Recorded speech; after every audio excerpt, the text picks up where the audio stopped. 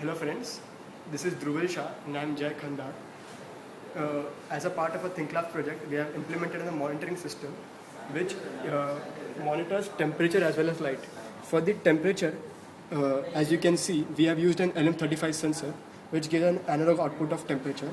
And for monitoring light, here we can see an LDR, a light dependent resistance, which also again gives an analog output.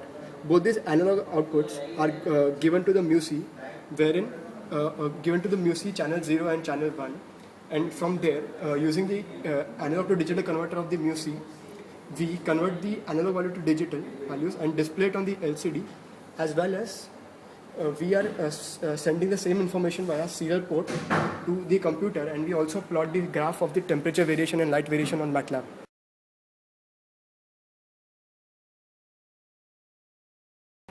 Now I will show you the variation in light intensity. As you can see, right now it is showing about 20 to 30% darker than normal light. If I put on the flash on the LDR, it changes to brighter or even too bright. Same thing with temperature. It is right now reading 26 degrees Celsius. If I bring on a soldering iron near to the sensor, the temperature starts increasing. It's showing 26.5 degrees Celsius right now.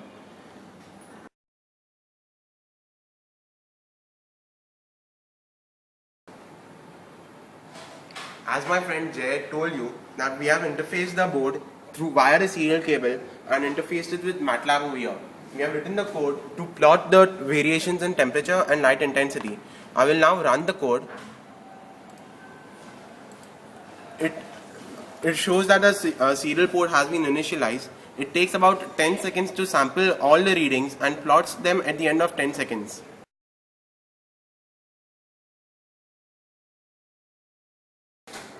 As you can see, the graph has now been plotted. It is of temperature versus time and relative intensity of light versus time.